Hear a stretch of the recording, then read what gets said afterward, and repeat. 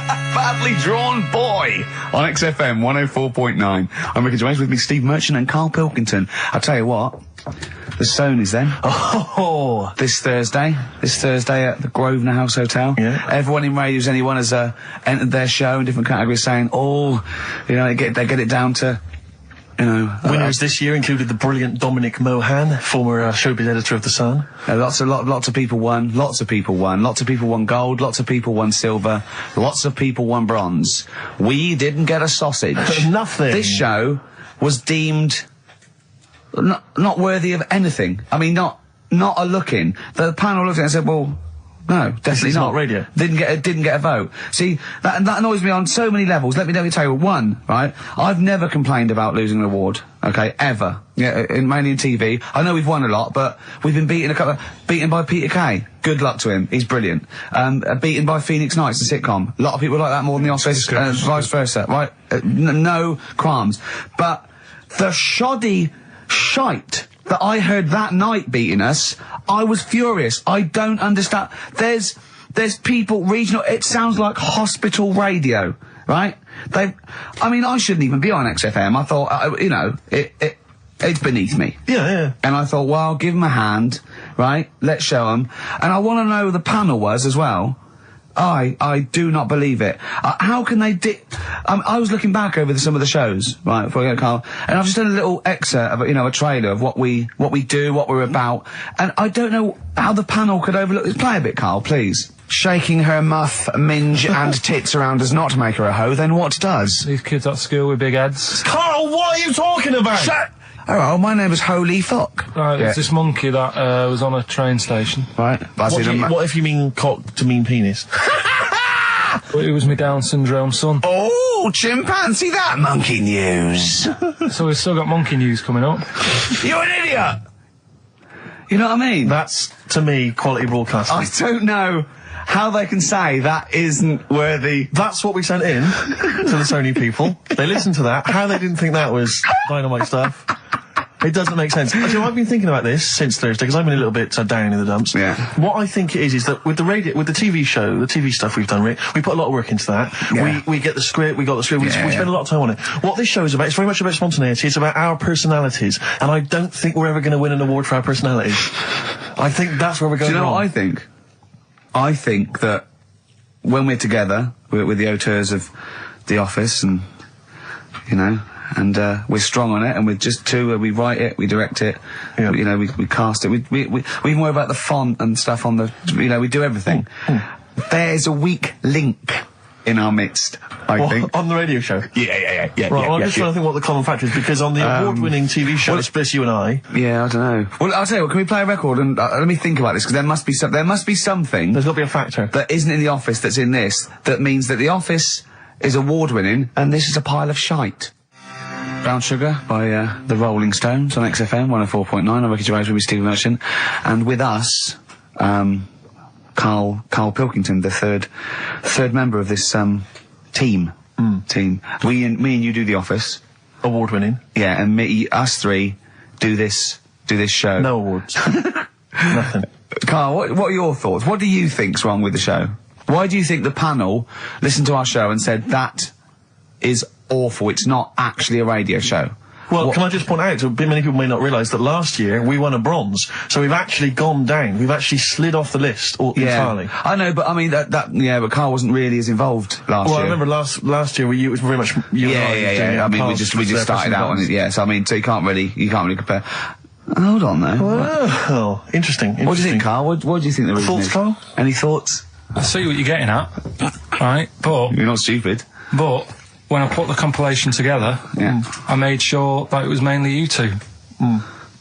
So don't be doing that. Don't be playing that game. So you put the compilation together?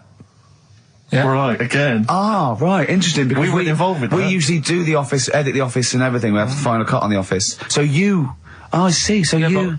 Oh, right, no, so you're the producer. You had your fingers all over it. Interesting. Oh, that's interesting. So, so the tape was the smoking gun, and whose fingerprints were on it? Karl Pilkington's. Yeah. That's interesting, we didn't get a sausage. But, do you know what, seriously though, Well, I don't mean seriously, it is his fault. I know, but I mean, it's our fault as well, because we should have known better, right? But Than to employ him, yeah. But, I actually think it's a slap in the face. I want to know who the panel was. A lot of Sony are thinking, just handing it out to the same old people. You know what I mean? Every clip they played was a funny phone call. Do you know what I mean? And so, Did we send any of our funny phone calls in? So if anyone cares, I think we should knock this on the head as a protest against Sony. And I say, I've never complained before about Lula, but I mean, this one, don't know what they think. I want someone on the panel, it was entertainment, I want someone on the panel to phone up and say why they think this show is rubbish. Well, I'll apologise. Well, I'll not apologise if they stand by if they tell me why, you know. Because, you know, listening to that clip there, I can't see anything wrong with that as sort of, you know, daytime radio.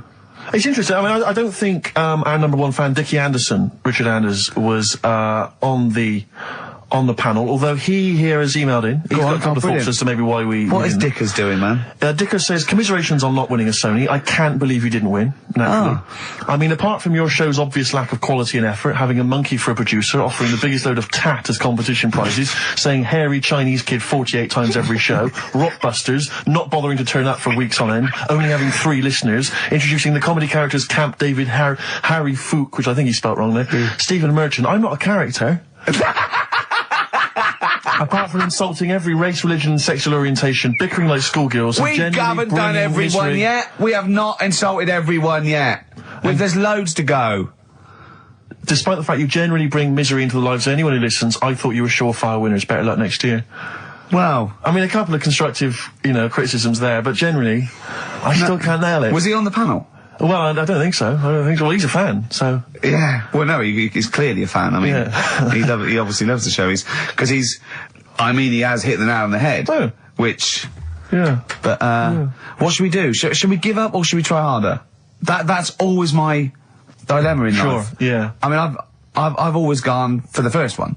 Give up? Yeah, why bother? Yeah. If they can't see, just give us the award. Yeah. And then worry about it later and we won't let them down. Yeah. Now they've got blood on their hands. We're gonna... Yeah. What should we do? To give a couple of months notice? I think so. Okay, well, there you go. I mean, seriously, I mean, I think... I'm being serious, I'm not being wacky now. We haven't told Andrew, but... I think we've won our course with this show. Yeah. So let's okay, we'll give it a month, and it's because the Sonys didn't give us anything. Play a record. Yeah. There you go. You got to do a bit longer than that. No, we haven't. Got to give a month's notice. No, you got to work till about September if you're gonna... No, we haven't. No, we give a month's notice. We'd, you know, whatever they give the money back, something like.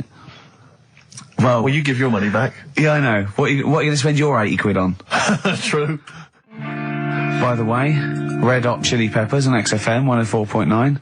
So, a few more shows. And I hope Sony are happy. They should encourage...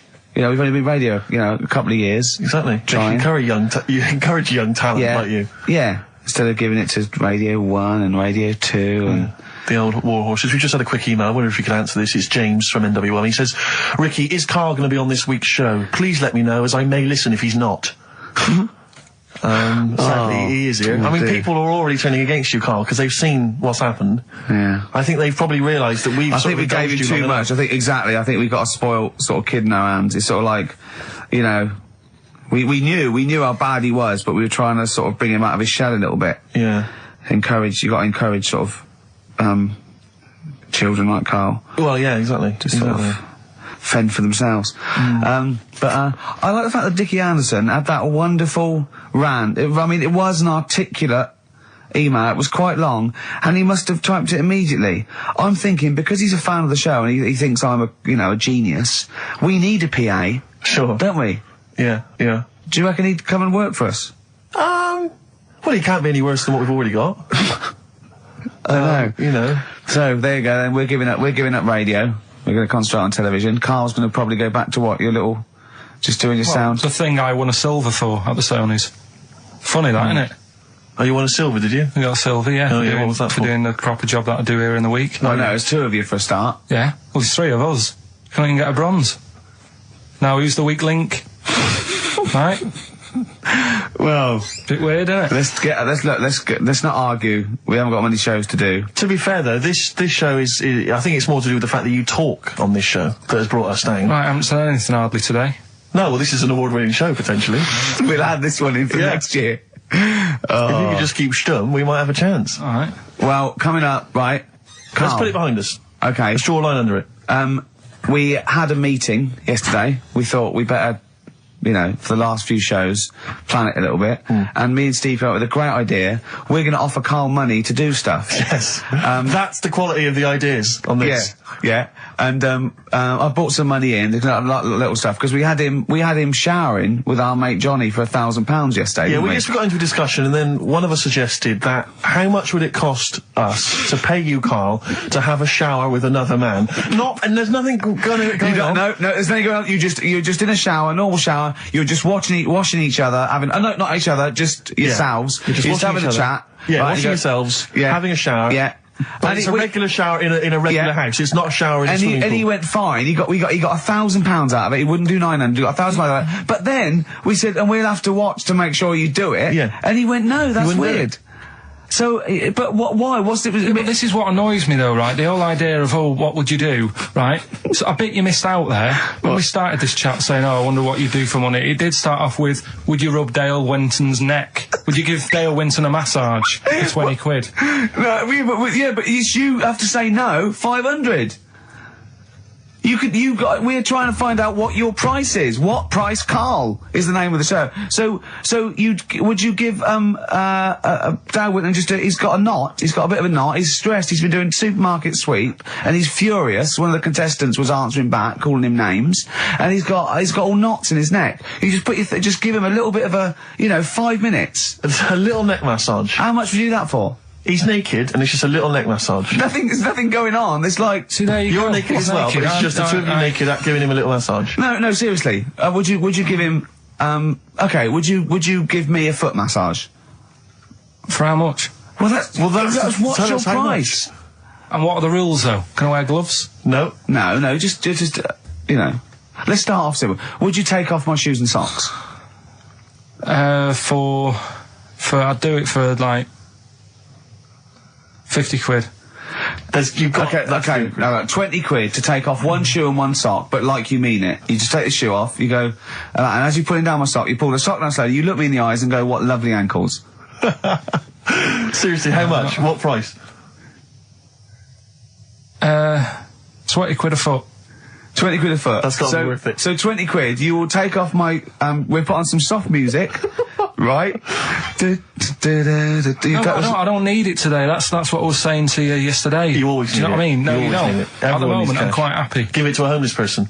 Give it to a charity. Well, we'll get him in here. Well, are you still going to shower with Johnny for £1,000? Not now, because you said, and me and Steve are just going to stand in the corner and watch. Well, we've got to make sure you do it. You might go in there and just, wet your hair and come out, pay Johnny 500 quid and go, yeah, we had a shower. How will we know?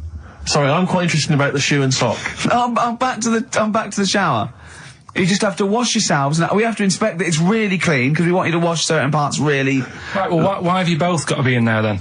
Well, no, just one of us. Can we just take... yeah. Or can Steve film it? as evidence. Just as evidence. Or I'll tell you what, we'll leave the TV camera in there. Neither of us to be in there, then we can just watch the video. Are you a couple of benders? Are you a couple of benders? No. No. But can we discuss further the taking of the shoe and the sock? Because I think there's £20 I'm willing to pay £20 to see that. Pretty in Pink. Psychedelic Furs on XFM 104.9. I'm Ricky Gervais with Steve Merchant. And our little pet monkey, Karl Pilkington. Karl, so 20 quid, tenner each, me and Steve will pay good money. Right, we'll see you all right. I reckon even Andrew Phillips, the head of XFM, would probably give you an extra 20 quid if this is entertaining as I think it will be to the listening public. Just undo my shoe, lace, and Steve are going, Karl's now just gently undoing the lace. Yeah. He's releasing the tongue of the shoe. Well, don't preempt anything. Okay. So come round then, Karl. He's gently pulling down the sock. What, you just said you'd do it for £20. Oh, come on! You said you'd do it for £20. You said you'd do it. Oh, so you work me up like that, and then you just... Come and take my shoe and socks off, and put it down, and pull the sock down slowly, and go, what lovely ankles. No, because we had that chat yesterday about Come on, this, Karl, right? you just said you'd do it. Yeah, but I don't really need... If it was more money, I might do it. Oh, that is typical. Okay, firstly, we had a little wage on at the Sonys, and you owe me £10. So count my £10 as part of that. Exactly. So that's my £10. So you already owe me that anyway. So I'm demanding that instead of giving me the cash, you do this. Yeah, and I'll give you 10 quid just because I've got a bad back and I need someone to help me take my shoe and sock off. Because I think I'm getting that airplane thing where my feet are swollen up. Yeah. Yeah? Well, you've been auditioning people for that job, haven't you, all week? Come on. No, I ran it past Suzanne last night, right, because I knew you were going to do this, right? And I said, would you be annoyed if I know we need a new kitchen and that?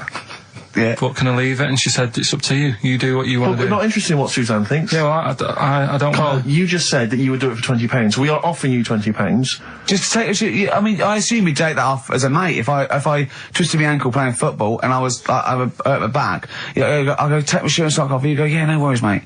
I assume you do that for a mate who's hurt his ankle. Yeah, but it's not the Toya bound Wayne Sleep's foot when he was bouncing on his bed and hurt his ankle. She didn't expect money from it. She didn't want Sleep to pay out money. The singer of Mystery does not need Wayne Sleep, probably our greatest dancer since Lionel Blair, to pay money to help his ankle out. I thought we were mates. It seems to me that you've already lost us a Sony this week. The very least you could do is bend down now. Take your shirt off. Move on. No, come on, Karl, seriously, we've got to do this. Take the shirt and sock off. I'm not doing it. It's too... Karl! Why not? I'm so angry. Yeah, because you said you would. You've welched on the £1,000 showering with Johnny. Johnny doesn't even know about this, so Johnny's probably lost out on money. I suppose you'd split some up with him for having the shower with you to get you the money in the first place. So the problem is this, Karl. People now are listening, expecting to hear this. That's why we didn't win awards, because you'd never go through with it. You've promised them something and you're not going through with it. Play a record. You're just like all the girls I speak to. See, a little surprise for you there. That's Coldplay here. They're live through there. Thanks. Can you hear me? Can you hear me? Yeah, brilliant. Do you want to say a few words? Do you want to I'll have a quick word with Chris, lead singer Chris. Chris, good to have you here. Hello. And how's it going with Gwyneth Paltrow? Brilliant. Yes, she's a lovely lady. Yeah, no, I thought so. Yeah, I saw her in Shakespeare in Love. She's good in that, isn't she? If you would pass that on to her, just say I enjoyed that. It's going all right. You going to get married or? Yeah, so I marry either her or that Julia Roberts woman. Yeah, either one is good. Yeah. I know you're on holiday at the moment in Hawaii. I read in the paper today. No. You're actually here? I'm actually here. Okay. Got to go now, got to go. Alright, just a couple of quick... See you later, Chris. Yes, see you, Ricky. So that's the sort of guests. That's the caliber of guests. We're just trying to up just like Jonathan Ross. We've got guests like Jonathan Ross. That's Coldplay, just popped in. Just popped in. So if you're the Sony people listening, you might want to... And we've still got Karl to take off my sock for 20 quid. Okay? Let's do it now. Let's just get it over with and do it now. Come on, Karl, let's get our cash out then, Rick. There's £10 right there. No, you don't owe him, because he owes you 10, so I just have to pay him 10. Okay. Yeah. So, go on then, just take... Not whilst Coldplay are here. So they've had to shoot off. Come on. I don't want to do it. Why not? Tell me what... We've been on now for half an hour. Okay, well, at the end of this, why won't you do it? It's ridiculous. You won't have a shower, you won't take my shoes and socks off, you won't do anything. You won't give Dale a rub down. What will you do, for Christ's sake? I don't want to do it. Say if my mum and dad have heard about how well I'm doing in London. Yeah. Right, they've heard about, the Sony Awards and that. They're talking to the mates, they're saying Karl's doing well for himself. Yeah. Let's have a listen to him on Sky. Yeah. They're tuning in, I'm taking off socks for money. What's it with that? That'll be the first time that anyone in your family has actually made, money without stealing, thieving, It's an honest... some kind of atrocity. Well, let's just do it quick then, because the first honest it's money. getting on my nerves. It's actually annoying me. Excellent, alright. Well, give me the money, Steve. No, he's just taking a tenner off me. Give you the tenner back. Right, okay. Let's go like that. You've got to do it properly. You already know said that. You've got to do it slowly. Go on, do it slowly. Just gently. I can't see what's happening. Just pretend I'm working on a shop. There's nothing normal. No, come on, just get it done. What's that? You're whistling. What's whistling? What's the whistling? I can't believe. Right. Okay, now do it properly, gently. Yeah. It's a sweaty trainer, which just makes it all the more... Just gently caress it. There's someone watching in the office. Caress it there. Don't just gently ease the shot. Just like working on a shoe shop. There's nothing weird about it. Just gently ease that off. I'm the best. Alright, now it's just... come on, gently do it. Don't just rip it off. Yeah. Slowly. Tease it.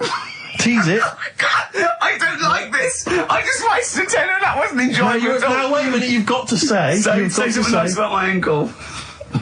So you've got lovely toes and I love your ankle. You got nice toes and that.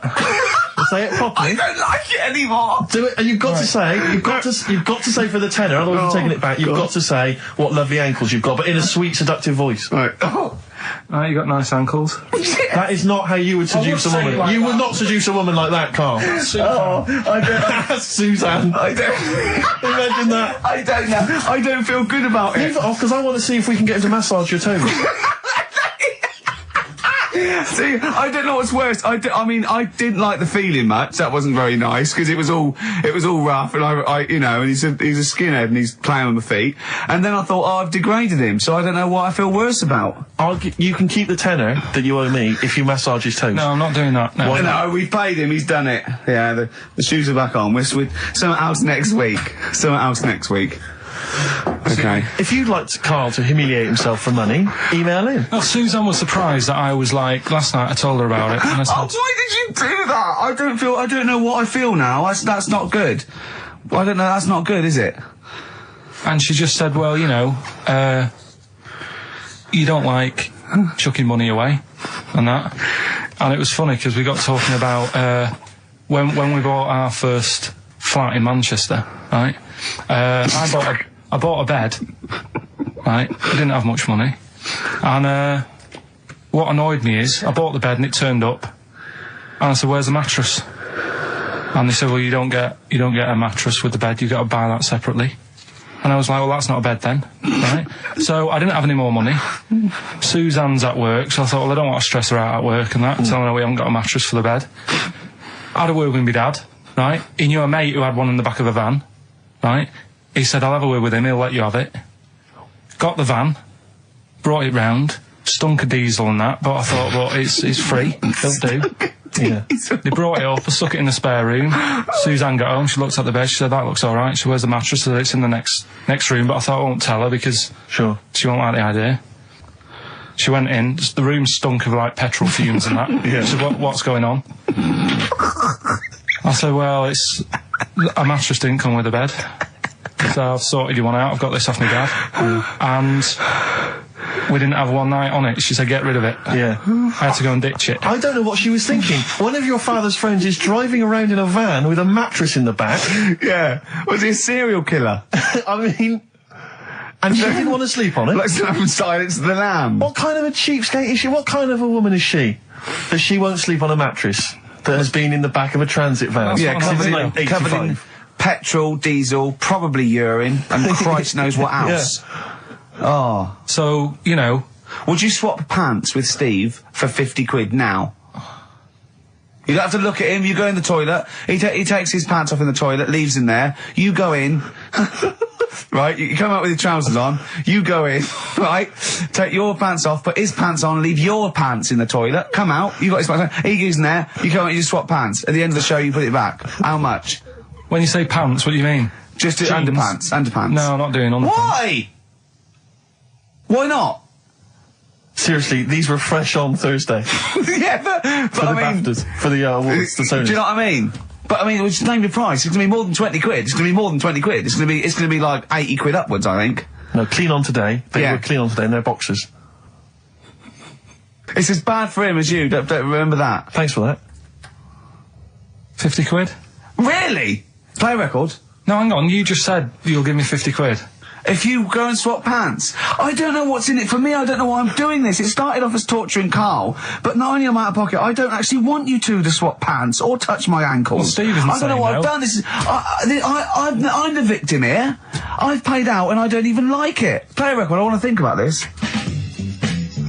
I've got 50 quid if you... as long as we can swap the pants, but both be in the room at the same time.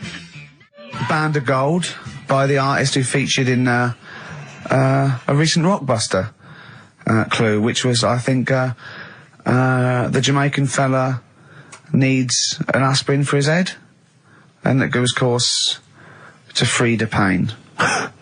Brilliant. Rockbuster's coming up, isn't it, Carl?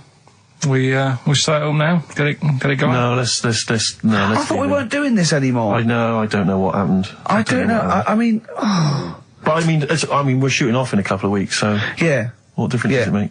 Well, we might as well... Now you've mentioned it, it's a good time. Go on then. Right? 3 cryptic clues like the one you just heard there. First one. Cryptic, I like that. Is cryptic a word? First one, my younger brother spotted you the other day. Right, that's the cryptic clue. My younger brother spotted you the other day. The initials JS. JS for the band. Second one, that champagne belongs to the Boxers kid. That's the way he looks up, like, it's Oscar Wilde. Yeah. It's, oh. That champagne belongs to the Boxers kid. The initials are AM. And the third one, the Vibrators. And the initial B. What? Right? The Vibrators. And the initial is B. So the first one, my younger brother spotted you the other day. Oh, I know that one, that's ridiculous.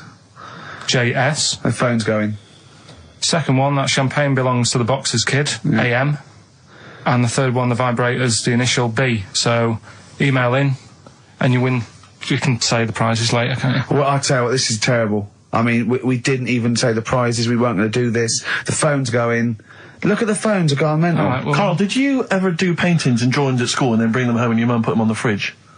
no, not really. I never brought them home. What, did you just screw them up and throw them in the bin? I just left them at school. Yeah. 'Cause I'd never had a bag. Alright?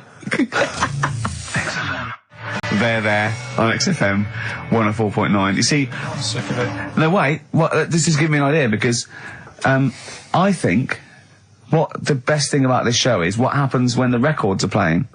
Because we sort of. That's an example. Inarticulate. Yeah? Didn't have anything planned. Well, I started my mouth moving, but I didn't have anything planned. Yeah. Like. Why was that? Why don't you have anything planned there? What? Why didn't you know what you're going to say then? Because. What were you doing when Radiohead was on? I made Karl a new uniform that he has to wear in the second hour. What did I do? You got tissue paper, Yeah. Toilet roll, yeah. ripped a bit off, Yeah. made a little tie for me, Yeah. and put some in my ears. Yeah. So we had earplugs and matching tie. Yeah. And he looked good, didn't he? Yeah. He had earplugs and matching tie, and I squeezed it in there, and he went, I can't, it'll irritate me.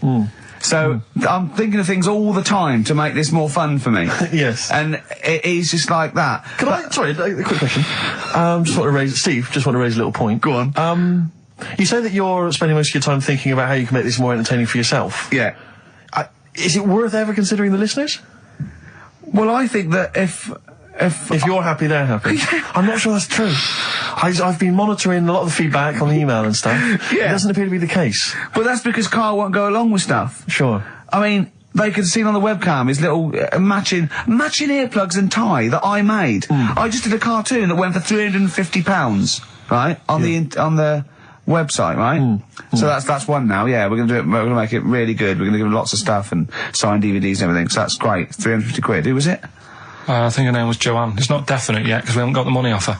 Wow, she's you know, you got to trust them, haven't you? And so I think people would love to have had a matching. You know, I'd have signed it and everything. Little matching earplugs and necktie made out of toilet roll. Yeah, yeah. You know, and he don't want to wear it. But I had a great idea for a show, right? We filmed the behind the scenes, right, of each show.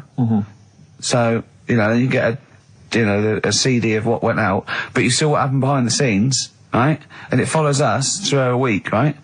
And it's called X-Men 3. Ah, I see, because of XFM. Yeah.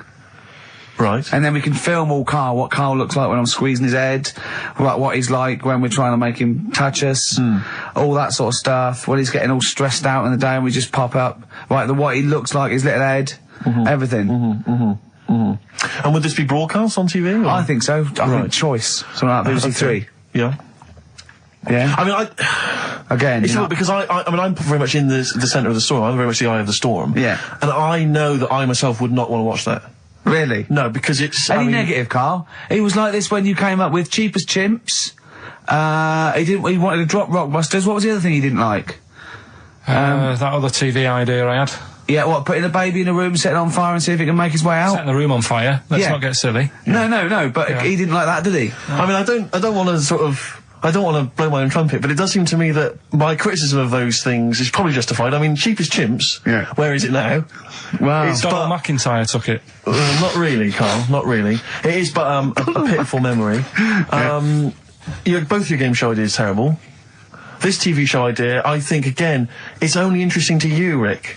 This is what you fail to realise. You've got no sense of the greater public. To be honest, I'm just taking this from what people are emailing in. They're not interested in Karl. I don't read the emails. They're not interested in Karl. I don't read the emails. They're not interested in Karl. They're not interested in Karl. But if we did a documentary about him, like they did about Oliver, the human sea, or that's a different case. Or that the girl that was older than her mum, or, you know, all those other sort of things. I think if we actually did a definitive documentary and got in doctors to talk about him, and showed him... That psychiatrist from Big Brother. Yeah, and just talked about it, and then showed him in his environment, I think it'd be brilliant. I think it'd be a brilliant show.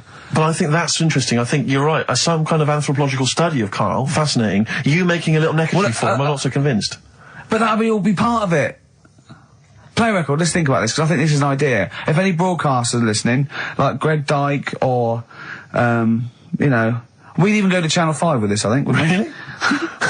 I mean, alternatively, if you'd like to incorporate Karl into some kind of Blue Peter appeal... Let's do so much. Let's just get Karl. Look at his face. How could you not... See, a lot of people still don't know what you look like, Karl. Play record. That's Across the Great Divide from the band. Rick, I bought a little treat for myself today. I've been meaning to buy these ever since I moved to London. Yeah. I'm sure everyone listening has seen them. Maybe you don't have them in your own collection. Karl, I don't know if you've come across them in the past.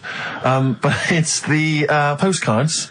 Now, most of you, if you're a tourist in London, you see the postcards there. I think there's one with a punk, isn't there, with green hair? Yeah, from 1977. Yeah, I think there's one which is like probably... it's probably a grandfather now. Probably something like A View from London at Night, and it's just black. Oh yeah, that's a classic. I'm a fan of the baby covered in spaghetti. Yeah, that's brilliant. Brilliant. That happens a lot in London, in the old East End. Exactly. Get the baby out. Where's the spaghetti? Yeah, brilliant. A wonderful memory of London. Yeah, But I was thinking to myself, how would I best want to remember London? Yeah. If I were a tourist from Prague, maybe. Exactly. You're a tourist from Prague. You want to send something home to your nan. To Mama Dragowski. Exactly. Who's sitting at home eating beetroot. Yeah. You want to say, I've been to London, I've been to the home, you know, the birthplace of some of the great names. Dickens. Dickens, yeah. I've seen, Big Ben, I've seen the Houses of Parliament, I've seen the wonderful things. The best way for me to remember that is a picture of a woman's breasts. Yeah. With pictures of cats painted on them. They are the most grotesque things. You've seen these before, Karl? They're awful. You can find these on any postcard stack. It's just a woman's breast drawn a face on it. I think it is that all the breasts from London. So there's all the breasts from London, and the other one, Karl, I think you've got there. What does it say? What's the little tag? We're a couple of swells. We're a couple of swells. But it's just when was that? I mean, they've been around for as long as I've been in London. I just don't know. I don't know who took them. Maybe the woman. I should just point this out, incidentally. If you've not seen them, don't think that it's a topless woman. It's just a disembodied breast. Yeah. Or in the case of a couple of swells, two breasts. I know. And it's just awful. Looks like a snapshot. But what worries me is that what happened was that she was probably the equivalent of Karl, and she had two mates, and they went, look, how much would it, if we take your breasts, how much do you do it, boy? 20 quid. Yeah. And they took a picture. Yeah. And, right. you know. How much would it cost for us to paint some faces on them, and then take a picture? Yeah. Oh, that's awful. I always wondered to myself who that person is. Oh, probably came to London to get into modelling or something. I think if you pan further down, she's actually wearing a pair of your pants.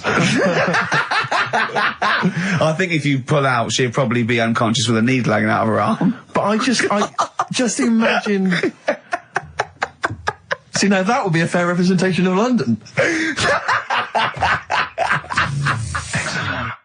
Turin Breaks, Painkiller on XFM 104.9. A couple of emails, Rick, that I ought to notify you about. Holly has emailed in. She wants us to wish her good luck. She says that she's one of 15,000 women who will be walking 26 miles around London starting at midnight tonight in their bras to raise money for breast cancer research. Prostitutes? No, just regular ladies, I think. Oh, right. But I was at a loose end, so that's something for me to do for something. I'll pop down and support them. Also, we got to say hello to Sonia, who's it's her 18th birthday, and we're going to play a little Smiths track for her later. So we're trying to be interactive. Yeah, I've seen how other DJs do it. They have phones. They go, and how are you celebrating tonight? Oh, we're just going out, Foxy. Have a good time. Here we go. This is, you know what I mean? Yeah. We've got to be. I've guessed we had Chris Martin in from Coldplay, which is going to be a lot. Well, Chris is still here. Hello. Chris, how did you come up with the ideas for your songs? Just make them up in my head with the guitar. And how old are you now? 28. Thanks very much. No, more from Chris Martin later, I imagine. Cheers. We've also had an email. Cheers. Thanks, Chris. We've also had an email from Jim. It's as easy as that. We've had an email from Jim. He says, on the subject of the postcards, his brother once met the bloke who posed for the photo on those biros that when you tip them up, the black ink kind of sinks away, and it shows him nude. And he was apparently an aspiring model, and he got paid $75 for it in Hong Kong in the 70s. Carl, would you do that? Would you pose nude for a pen for $75? I mean, inflation, can't I? Let's double it every 10 years, say. So, yeah, so 150, 300. I'll give you 600 quid to post news for biros that we give away for XFM. An XFM biro, where your clothes sink away when you turn it upside down. And what sort of shape was this fella in? He's in pretty good shape, yeah, I think. 600 quid. Yeah. I'll make it back on selling the pens.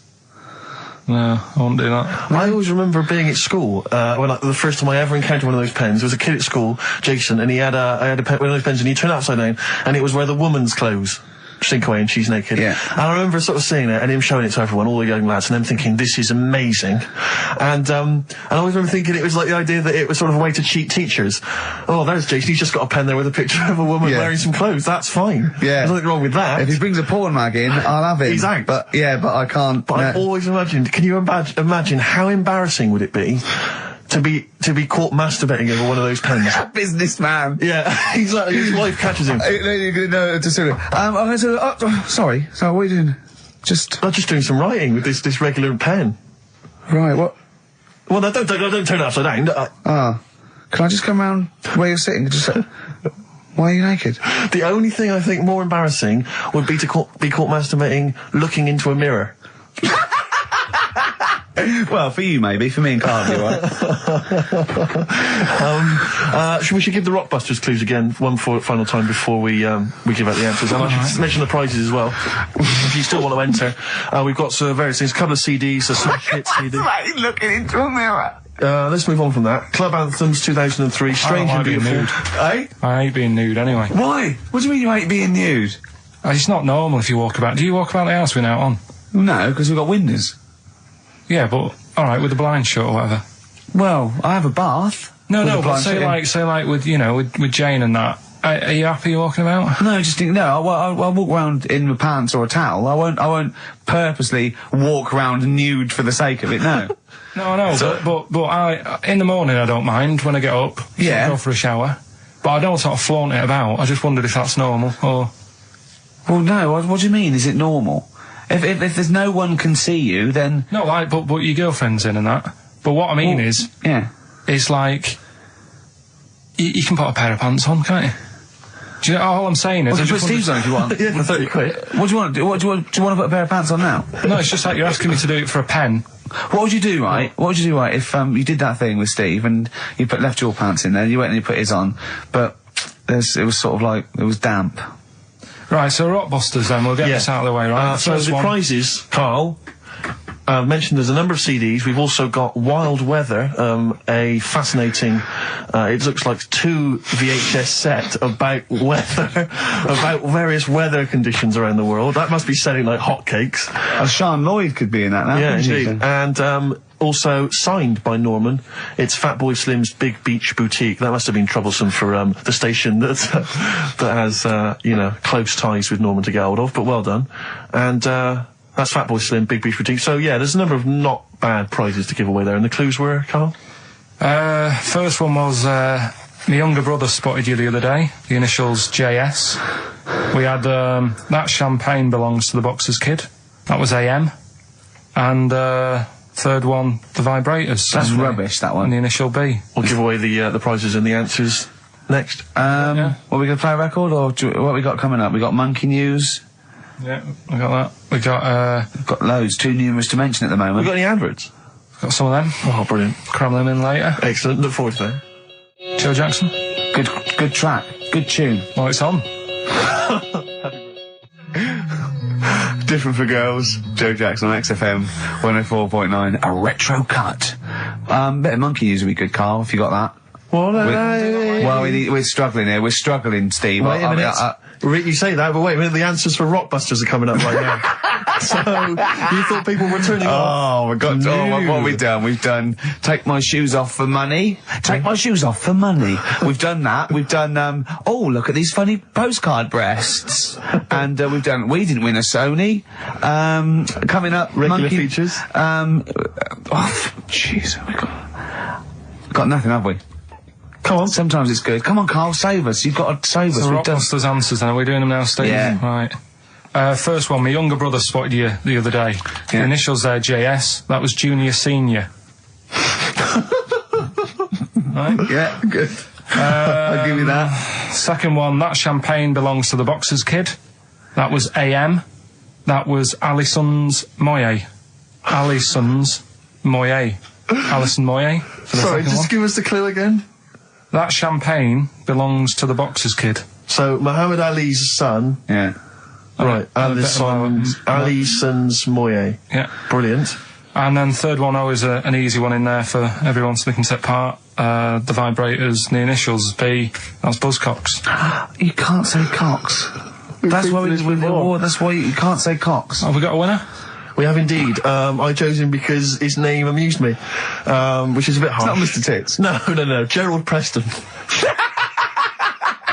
Sorry, Gerald. I don't know why that tickled me. It's so unfair. It only tickled me because it's not funny. There's so nothing funny unfair. with Gerald Preston. There is nothing funny. I think it was because it sounded like it was a man of a different generation. I think that was why Gerald Preston. it sounded like... That's terrible. I know. Right, Gerald, there's nothing funny about that name. There's nothing funny about the name, Gerald. Steve just made me laugh. He did. I don't know why that made us funny. It made us laugh, but it just tickled me. But Gerald, whatever you think of your name, don't worry, because these prizes, There's including nothing funny Fatboy about Slim... Gerald Preston. I don't know, Gerald, if you're a fan of Wild Weather, but you've got a 2VH set coming to your way, so you certainly will be interested in extreme weather conditions by the end of that, I would have thought.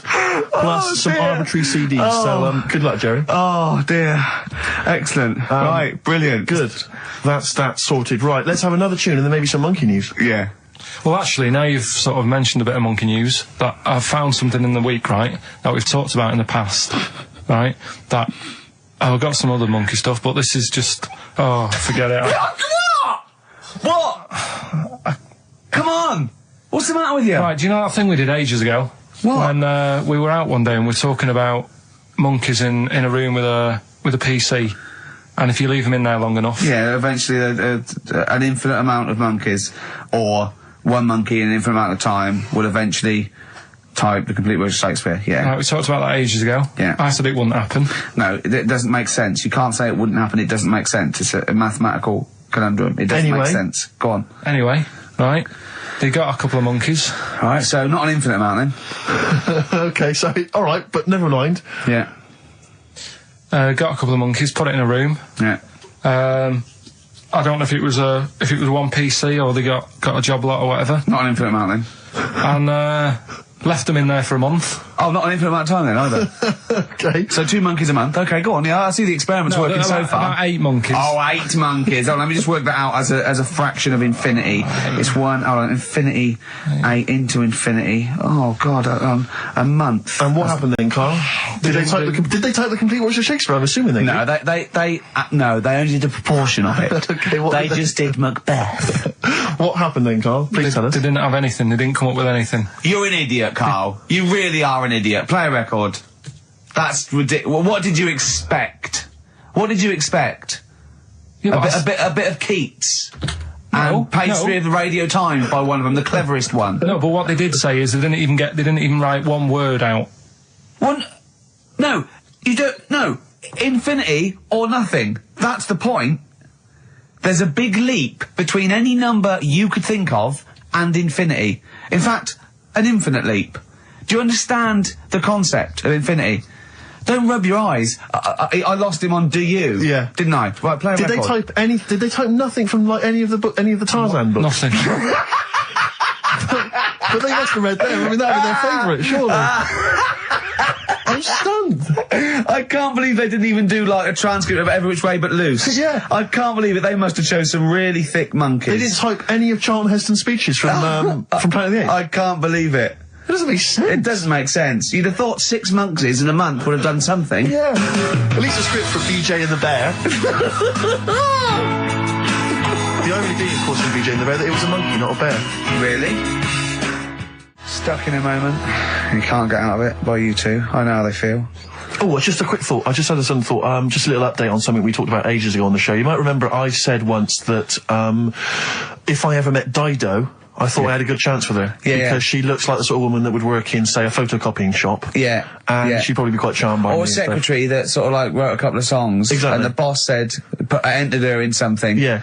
And it won. She did them at the Christmas party. Everyone clapped. Exactly, yeah. Well, anyway, just an update on that. So far, nothing's happened.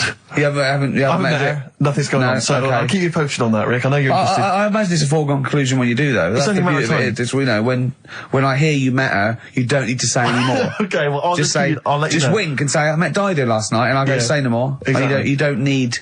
I'll just look a little bleary-eyed. Yeah, yeah. And probably still wearing the same clothes. From the mace. Yeah, exactly. Right. Anyway, I just thought I'd keep you abreast of that. Yeah. All the best from London, Carl. Come on, Carl, cheer up. You've had a good week. Do you have to do a month's notice? little bit of friction between Steve and Carl. I think they're, they're getting to each other, which is his underpants are pinching. Come on, Carl, cheer up. You're lucky. You know how many people would pay good money to... Carl, you had a good night out this week. You went to the Sony's, you had a free meal. Yeah, that annoyed me. I don't... Well, we came away empty-handed, but... Yeah. It was a good night, wasn't it? You enjoyed that? Did you enjoy that? I ate it, but go on. I'm just finding more and more things are annoying me. Really? Like, even... Like, at that Sony's night, right, you've got a lot of, respectable people going to that thing, you know, people who are high up at the BBC and that. Yeah. And... just the way, you know, it's a posh night, there's people there with dinner jackets on and stuff. And then I went to the toilet for a wee. Old fella in there. I thought he looks like he's been in the radio game for years, probably done loads of award-winning Sony stuff. Yeah. You know, all the BBC documentaries to do, in-depth stuff, and I thought, I wonder if I'll be like him when I'm older, I wonder if I'm as good as him. Thinking all that, he's having a wee in the next urinal. Farts. I know. Yeah. He just farts. Old fella in a dinner jacket, probably hired. And I thought, is that like they try to? They think, well, I better do it in here, and it's sort of like a trumpet, and everyone just goes, yeah, that's fine. What's up with that? You know, yeah, I know what you mean. It's just the arrogance of doing it. He just did it. It sounded like a lost whale. And he didn't sort of go and try and clinch it. He carried on, and then he went, oh, that was a good one. Really? Old fella, must have been about 70. Oh dear. And well, better out than in. Yeah. But it's not though. I wasn't brought up like that. You see. Right. Because I did it. I mean, I never really did it that much as a kid. Sure. And then I was at my mum and dad's. You never did it that much as a kid. What, farted? Yeah. Okay. Not just like, as a joke and that. We are taping this for next year's Sony Award, aren't we? We're taping this, what we're talking about now, aren't we? To hand in. Because this is, go on. But I was at my mum and dad's, right? And Suzanne was sat on the floor in front of me, and she was like, oh, rub me neck, it's hurting. So I thought, and I hate doing that, it really it bores me. Well, she's your girlfriend, for goodness sake. I know, Dale Winton's different, you're getting paid for that, go on. So I thought, the only way to shift her, I'll let one go, right? So I did that. I love that! It's such a loving relationship. I love that, that's great! So like doing the washing up badly. Yeah. She won't ask me again, what have you done? I've smashed the cups up and I've written in excrement across the wall. Well, that's no good, isn't it? Well, I won't do it again then. Give me the marigolds, I'll do it. I've nailed the cat to the fridge, what's up with that? Yeah. Go on. But yeah, so I did that, and it worked. She sort of got up and said, oh... And my dad said, what do you do that for? Yeah. What was he thinking? So I said, oh, I hate rubbing her neck. Does me head in. So he says, I've never trumped in front of your mother. 40 years. Sorry, where was this? Chigley?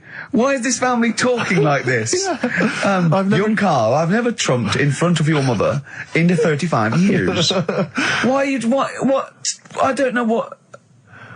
No, it's just that he said, you know, we've done a lot of things in the family. That Hold on, what did he say that for? What, he's never trumped in front of your mother? He just offered that information up. Well, he just was surprised that I did it. He said, where have you got that from? Yeah. Whoa, you're lowering test times, I'd have thought. What do you have to imagine there's a class of farting. Oh, no. we haven't told our kids about farting. He doesn't do it. We haven't told them about it. We haven't. No, we don't do it in front of them. You have to learn it, do you? No, but there's a place. That's what I was always told. Go on. There's a place for that. Cornwall. So, and my mum, you know, it's the same. She doesn't do it. Right. If she goes to the toilet to, you know, do what you got to do, she makes sure, like, she'll sort of say things like, "Are you going out for a walk?" Are you going out for a walk? Does she know that you're broadcasting this? Well, yeah. She's probably around to the neighbours now, listening. Yeah. Any of you going out for a walk? Yeah, just at the door. So she waits until everyone's left, or? She doesn't like the thought that everyone... Do you know, like, cats don't like you staring at them when they're doing it? I've never stared at a cat while it was doing anything. Have you ever had a pet cat? What do you mean? Yeah, go on. No, it's just like cats, you know, if you get them a little litter tray. Yeah. I remember being told, like, no, when it does use it, don't sort of go and look at it. It puts it off. I was the same as a kid. I didn't... When I had a nappy... Who comes and looks at you when you're on the bottom? No, when I was a kid and I was in a nappy, right, I used to always, like, there was a corner in the kitchen that I'd always go to, and everyone would be Why like... do you go to the toilet? Because I had a nappy on. Oh, yeah, right, how old were you? 14th birthday? About 3 or something. Yeah. Right. And I used to always go to this corner, and everyone said, right, he's going to the corner, don't stare at him. The thing is, I can so imagine you because you've got the same head. Yeah, you look like a baby. It's just the baby's head. Put it there. Would you put a nappy on for 50 quid?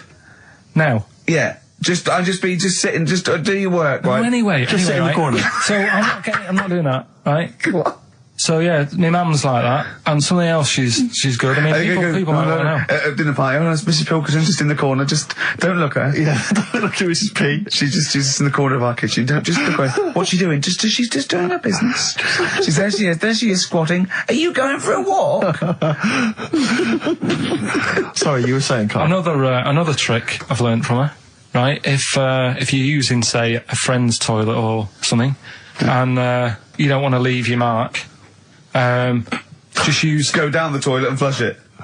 Use take a box of matches with you. Yes. Yeah. What the girls calls it his flagship. Burn the place down, have a wonderful crap, and just leave when the fire brigade get there. Forget it. Who is it? Vines. Yeah. It's a good one. We don't go brilliant, do you? If you're going to talk, you do say something useful. There you go. Vines, they're homesick. Brilliant. No, come on, we should do monkey news now, because I know you want to save it, but I think you should put your best stuff first. You never know what will happen, you know what I mean? Always put your best stuff out there. Let me just get it out of the... Okay, well, while he's getting it, can we have a jingle for monkey news? Yeah. Chimpanzee that monkey news. Tell you what, right, about putting your best stuff first. Yeah. Right. Do you know we were saying the other week about in Chinatown? Not really a town. Well, it's not a town, right? And like the restaurants, they have like... Oh, those old dead ducks and chickens just hanging in the window, yeah. An octopus and all that just hanging there. Yeah. And that doesn't, like, make you want to go in, does it? No, sure. This morning, walking through Soho on the way in, walked past this sort of strip joint place. This woman said, "Do you want to come in, sir?" Right, turn round, she must have been about 80. So, you're equating her to a hangy bit of octopus. Well, you said, are you performing? And a chicken. I'm just saying, again, put your best stuff at the front door. Yeah, good thinking. Right, anyway, bit of monkey news that's been sent in. Right. Gareth in Catford. Right. Good work, Gary. Basically, it's about this monkey Oh, yeah. Oh, yeah. in the jungle. It's got a gig at an hairdresser's. What are you talking about? What are you talking about? What are you talking about? It's got itself a nice little job going in an hairdresser's. As what? It gets people sitting down, and what it does before the people have their hair cut, that it sort of sits there, and it goes through people's hair, makes sure it's clean, and people are loving it. Right, backtrack. So it's a pet monkey. It's nothing to do with it getting a gig in an hairdresser's. It's a pet monkey. It's not working at Monkey and Guy. Yeah. No, seriously, it's in there. I think it might have started off as a job, and then. So what does it say? It says junior £15, stylist £35, and monkey £63. So I didn't quite follow. It's in the jungle. It was wandering about. Right. Maybe it did But start it looks good, its hair looks good, someone thought, hang Yeah, on. but never ever, you see, people make that mistake with hairdressers anyway. I always say, well, if the hairdresser's got a good haircut, go to where he's going. Right. Right? Because that's what I thought when I read it, about having a good haircut. How often do you go to the hairdressers? Well, not that much anymore, but I used to always think that. Yeah. You used to go to a bloke who told me had his shack on a railway bridge that used to shake when a train went over. Yeah. Because it was £2. Yeah, but before that, I've never had that much luck with hairdressers. Before that was another place, and it was run by sort of, these sort of wannabe gangster type people. Oh, yeah. But they'd, you're going What for do you mean by haircut. wannabe gangsters? Well, sort of just petty crime stuff. You'd go in for a haircut and then you'd walk out with a video recorder. Do you know what I mean? You don't have to take it. No, but they'd sort of spend ages flogging you that whilst cutting your hair. It was their thing. It's like, right, sit down, you alright? Yeah. Oh, you So know. for the weekend, what are you thinking of? Maybe a Sony. Yeah. So that's when I stopped going there, because it was like, just what a haircut. I don't want to be hassled. by Which one said that you had the hair of a Chinaman? It's the fella who worked in a railway station haircut. Well, you should Salute. know. I mean, he's been around a bit, clearly, if he runs a shack next to a railway station. So, Let's just go back to Monkey News for a second. so anyway, that's all, yeah. I didn't quite follow why he's still his salon is in the jungle, or where is it? No, he was doing what he does in the jungle, right? Right. He's walking about. He wanders into the hairdressers. Yeah. Maybe they didn't have him on, like, as a job straight away. He was just there. He was People training, said, this is yeah. nice. He's sat there picking the knits and what have you. Carl, I don't know where to start. Then- it's just it's the embellishment. You don't he walks from a jungle to an hairdresser's. I mean, you're an idiot. You really are. I'd love to see you try and get a job in an hairdresser if there was another monkey up for it. You'd never get a job. So he was good at that. People said this is relaxing. Apparently he had really nice hands, soothing, Yes. right, on people's heads. They said, let's put him on the payroll. So Let's put him on the payroll. What do you mean? Yeah, I'll give you that. Okay, this is the news item, is it? Customers are queuing up to have their hair done at a salon in the jungle There you go. by a monkey. Judy, a pig-tailed macaque, has a reputation as the best exterminator of head lice in Com Cane. There you go. She is so good, some customers fall asleep under her gentle touch. Regular Amporon Chekema said, Judy's hands are so soft and gentle, I really feel I can relax. But you know that is doing what it does naturally. It's looking for, like, salt and stuff in the hair. Yeah. And nits. It's not on the payroll. It doesn't complain about when it gets deducted at national insurance. It's not part of the union. Yeah. Do you know what I mean? But a good monkey news, backed up with good tabloid journalism. With solid evidence there. So No, I think maybe we should start marking the monkey news, Rick. I don't know what you think. Giving it marks out of 10, maybe. For both interest and validity. well, for interest, I'll give it 7. For Karl believing that there was something to this monkey, thinking it had a job and getting paid. But it was also doing kind of perms 2. and colouring. 2. Yeah. Ridiculous. Again, ridiculous. More monkey news next week. Hopefully let's just hear that jingle again. Oh, chimpanzee that monkey news. Peace Train. Isn't that brilliant? Cat Stevens. Now, well, I've sort of enjoyed the last sort of, hour or so after disappointment of the Sonys. I think we are going to give up, to be honest. Do another week and then shoot off. Yeah, knock on the head. Okay. We're only doing it for a laugh anyway. But If they're not going to reward us for that, then do you know what I mean? it's not really worth it. But I'll tell you what but what about this? Karl, can you find out who was on the panel? Can you? But what difference does it make? Well, I want you to interview. I want you to phone them up and I want to tell them why they didn't think our show was. Yeah, let them explain themselves. Just explain themselves. They've got to stand by their convictions. Find them all. Track them down. There's probably about 300. What do you expect? They're I want not to tell going the to say, truth. no, you're right. The monkey news should have, done the job for you. I just want people. I don't want them to be. I don't want to sit in a room and hide. I want the 3 people on the panel. I'll find them out to say we didn't vote for you because we thought it was shoddy, amateurish, annoying. There was too much swearing. I'll go. Fair enough. Well done, mate. You. We didn't vote for you because Karl's voice is an irritant. Okay? Okay? Well done, mate. You're alright. We didn't vote for you because, Gervais, you're a fat, useless git who understands nothing about broadcasting. And your mate I know something. Yeah. And I'll go, right, I'm not so happy with that, but at least you told the truth. But get them on the phone. Find out from Andrew. I noticed none of them have mentioned me, which is good. I know, Think yeah. I'm pretty good. Yeah. Yeah. They probably all love Steve. No one likes to pick on an invalid, though. Do you know what I mean? I'm just... We got a player request here for, what's her name, don't leave it, Steve. Sonia, who's 18 today. We couldn't find William. It was really nothing but Smith because, whoever is in charge of the library, they probably won an award for it. But, she didn't ask for 4 non-blondes, so I found There Is a Light by the Smiths. So, a week to go. It's not... I'm not... The French have tried to keep that secret for over 100 years, It was only Steve. the upper crust people. Nearly 200 years, that is a top secret. Somehow Euston Station upper crust got hold of a document, left behind in an old sea chest, possibly Napoleon's, could have been Josephine's. Unfortunately, jotted it down. He's kicking himself now. Oh, Secretary, I cannot believe I left a note. If he talked like that. He did. He did that, yeah, he talked English, but in a very funny French accent. Do you remember, there was one thing that, talking about funny French accents. Loch Ness, the monster, Yep. Sure. probably doesn't exist. Okay. What it is... Interesting. Hold on, interesting. Oh, interesting. It's- What, they thought the Not List probably didn't exist? Curious viewpoint. Hold on. What proof have they got for that, Karl? How can they go around saying stupid things like that? It's methane, Right. Again, in Loch Ness. and people have seen, what's the lake? It's in. Loch Ness. Yeah?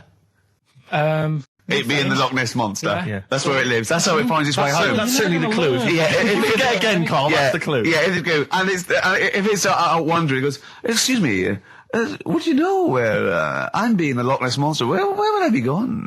Oh, you'd be going to the Loch Ness if that's your home. It's way over there, you So big anyway, monster, you. So the bubbles from the Sure. methane bubble up out of the water. Yeah. People think, oh God, it's a monster's head. But it's not, it's just water sort of shooting up because of the bubbles. Well, that's 2 of the great mysteries of the universe solved by Karl P on a Saturday afternoon. That is fantastic. So, that makes me think a lot of things. So, when mediums are sort of like going, oh, I've got something coming through. Do you think they are exhaling a lot of methane gas? And thus making them not think straight? Do you think everything's down to methane gas? Do you think that all the mysteries of the universe are down to methane gas, Karl? What did it say in the documentary you saw? About what? What was the budgie happy? We know that budgie was sad. Was it in a room? Because they used to take canaries down the mines, didn't they? They used to take canaries down the mines, they'd smell the methane, and then the budgie would be happy. I'm not going to teach you anymore. Play a record.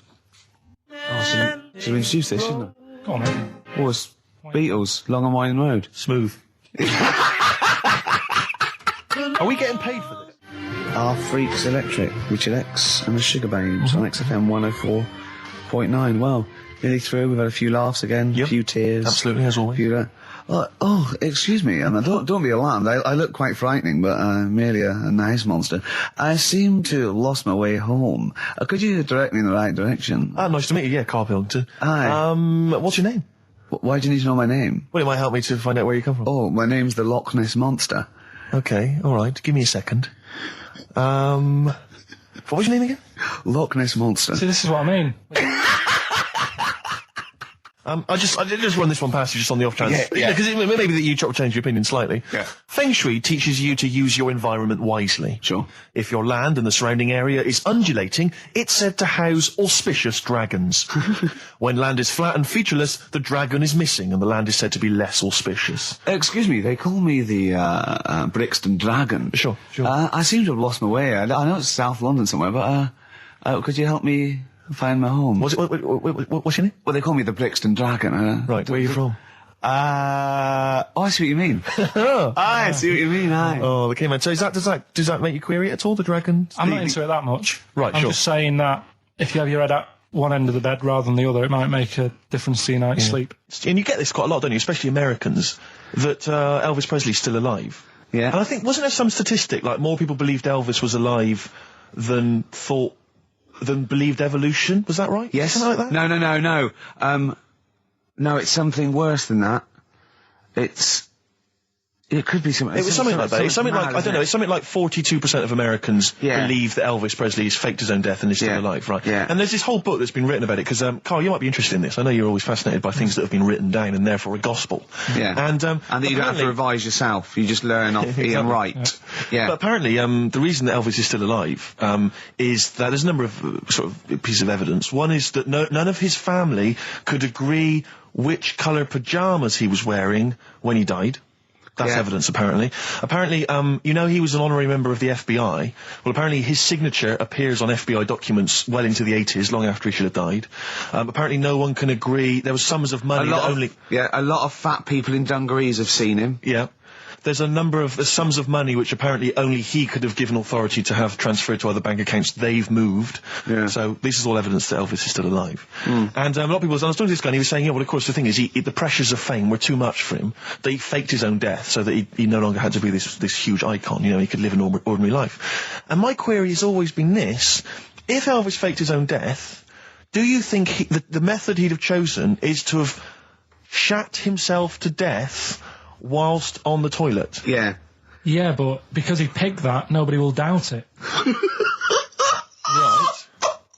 So Elvis went to the FBI. Yeah. What do you make of it? Well, exactly. So what we're saying, Carl, is that there was lots of methods open to him. You know what I mean? It's all he didn't go to his secret reason. Go, I'm fed up. I want to fake my own death. You know what I mean? And they go, yeah. And what methods have you got? I like to be found, shit myself down the toilet. You like to do what? I want to be a big fat motherfucker on the toilet, just shitting myself to death. Right, on my ankles. Elvis is a good idea. I'm just wondering if there's maybe something a little bit more glamorous for your favourite death. I mean, you could take a bullet for the president. What? Shit all over him? Just shit? No, no crap at all. No, you just take a bullet for him, or you could. There has to be shit involved. Why has it got to be? There has to be shit involved. Why has it got to be crap? I want it this way. Make it happen. Yeah, it's probably Carl, head in hand, look. Yeah. He's worried about the things we say. Yeah. Jeez. We haven't offended 1.2 billion people. Yeah. A fifth of the planet. So, Carl, what do you make of it then? Are you convinced Elvis is still alive? Am I getting him mixed up with someone else? Because all Elvis, all Elvises look alike. Because... that is true. A lot of Elvises do look alike. That's safe. On his gravestone, didn't they get his name wrong? Or is that his brother? Who's his brother? Aaron. That's his middle name. Yeah. You're not an Elvis kind of expert, are you? Hold on, wasn't Elvis one of a twin that died? That died, and I'm sure they got his name wrong on a grave or something. Oh, I don't know. But that's consequently that's proof he's still alive. No, I've had the thing with the still alive thing.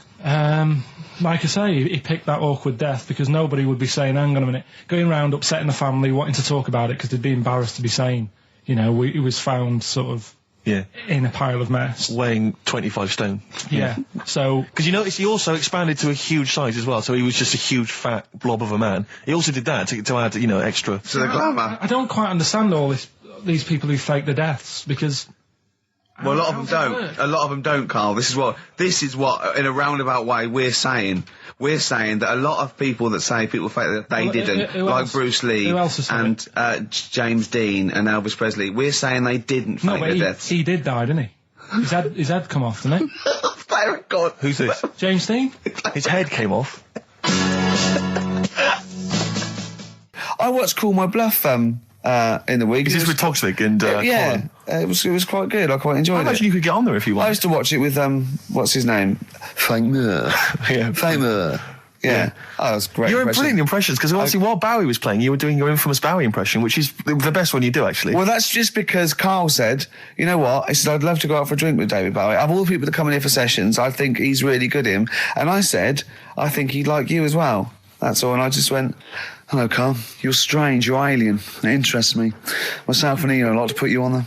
Yeah, I just imagine you and Bowie in a pub somewhere. Isn't that pretty much the same impression you do when you do Ian Canfield? No. Ian Canfield's more like that. But not on air. On air, he's sort of like this sort of eloquent 40-year-old capital DJ. Yeah. And but when you talk to him in the studio, he's slowly turning. He's slowly turning into Tommy Vance, isn't he? Mm. It's one of his pillars of rock. Canfield. He loves Vance, Lemmy, Diano. If we run out of material later in the show, which is likely, yeah, considering we're now talking about Ian we ran out of it at 1:05. Exactly. But could I maybe just sort of interview you as David Bowie? Yeah, a sort of humorous sketch. Yeah, that would be fantastic. Maybe it could be the idea that what if like David Bowie was a cab driver? What would he say? What was some of the funny things he would say? We saw that, what was that in when it said Dead Ringers coming up? If you've ever wondered what it would sound like... Dead Ringers is this impressionist show. They did it's on Radio 4 and they did a TV version. Yeah, I saw it. What did you make of it? Didn't like it. It was all right. No, it was just that the write-up in the Radio Times, I think it was. The Radio Times said... ever wondered what it would be like if Robbie Williams was singing George Formby, or what would it be like if there was an animal hospital was hosted by Anne Robinson? Yeah, yeah. I have wondered. Were those two sketches on there last night? Yeah, yeah. What were they like? You are the weakest dog skink. Or something? No, what was it? It was something like they had to vote off an animal to die or something. It was something like that. Yeah, it was. This is flagging. Quick, do your Bowie again. Oh, come in here. Look, it's Tin Machine. Now let's play Changes. Hello, Iggy Pop, you nutter. Stop cutting your sand. Which one? Well, because obviously Ricky doesn't travel on the tube anymore. He's too rich for that. I never did. I always thought it was beneath me. Sure, but I used to walk everywhere, didn't you? But I'm still forced to take the tube, and sat on the tube, and it pulled up, and outside the window, just happened to be on the station, was one of the posters with us. So I was kind of there, not realising it was behind me, and these big kind of fat German or maybe Bavarian guys. Well, they're in lederhosen eating sausages. Yes, they were. They're Bavarian. Yeah, they were. And I noticed one of them kind of looked at me, and then looked at the poster, then looked at me, just happened to say it, and wittered something to his friend in German. I don't want to try and do an impression. That's freaking goggle-eye. Oh, wow. I think that... No. But I know what you're thinking it means. It doesn't mean that. Right, okay. It means... What's a rough translation? Elegant boy. Right, okay, yeah. And so anyway, he pointed goggle-eye. He pointed out the poster, and his That's mate... lanky piss and streak. And his mate burst into laughter. And then we pulled they've got a great sense of humour, the Germans. Well, that's indeed. the thing. But we rumbled onto the next. We rumbled onto the next station, and the poster was in exactly the same place. And this time they tapped the shoulder of someone else on the train and pointed me out, and that person also laughed. An Italian.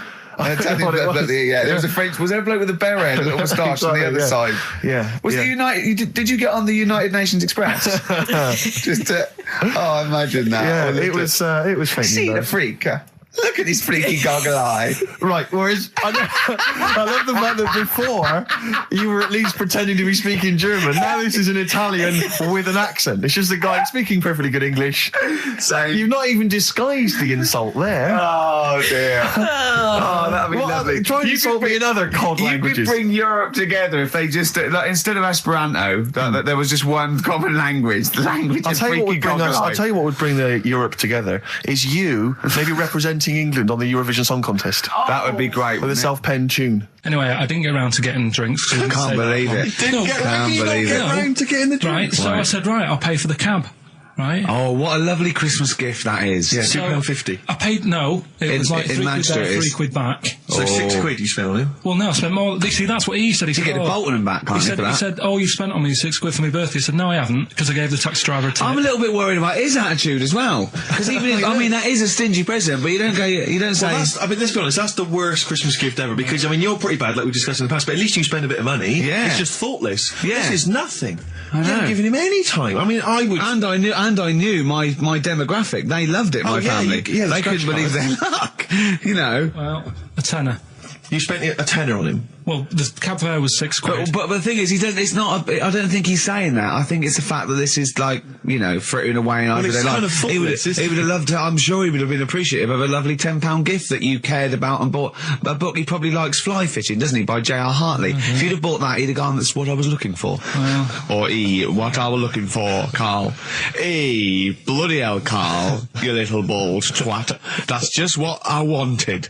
So, all right. So just calm down. So what have you got planned for Christmas? Is this what I mean? Are you doing the same approach with Carl, Suzanne? excellent. You've paid me milk bill for this week. That were nice. I'm spent this year. So have you planned anything for Suzanne, or are you just? Yeah, I'm taking her out Christmas Day for something to eat. So, do we need them?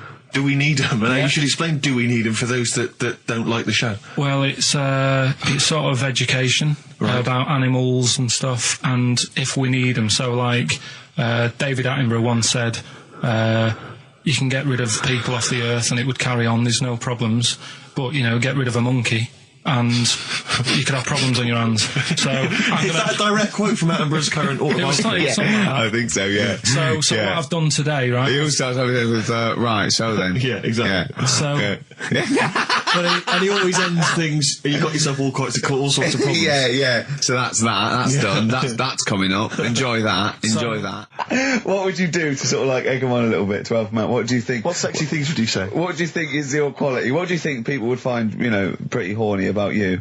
Is it your sort of mank wine? Do you think that? Just say this, London shit, innit? I think say that, but you know, London, it's not that good, is it? Like I think you've done it there. So that's say something quite sort of sexy though. Say something like, you know, well, I love to love you. Say something sexy. Say that. No, say something sexy. Susan says to me, you know, do you love me? I go, yeah, you're all right. Have you not had the point of a rollover is you've got to add to it. That's the excitement. Yeah, there's a couple of albums that were... Okay, well, there's also the Fools and Horses video with the free... I don't think... I'm bloody jealous of that. I like that little yellow thing. It's a little... there's a little kind of model three-wheeled van. Rodney, you plonker. Oh, dear. What's that? This is what looks to be some kind of best of the stereo MCs. Don't call me a plonker, you wanker. The David Attenborough DVD collection. Unc shit himself again. Oh, yeah, the big prize that we tried to give away.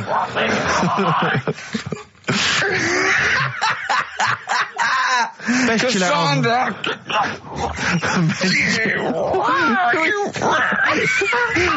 Who is that supposed to be an impression of? Which member of the cast is that? Is that Cheeky Dell?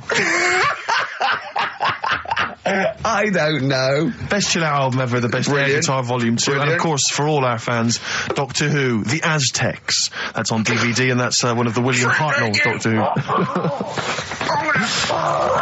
All right, that's the worst impression I've ever heard. That's brilliant. Right, Rockbusters then. Right, three cryptic stuff. Oh, come on. Right, Rodney, Three. I can't do it. No, come on! Badly drawn boy. Born Again on XFM 104.9. Here we are then. Ricky Gervais with me, Steve Merchant and Karl Pilkington. Raring to go. He's a bit grumpy, Karl. Woken up at 8 o'clock. Because he's from the north. Yeah, because he's in London. Yeah. And London's rubbish, right, isn't it?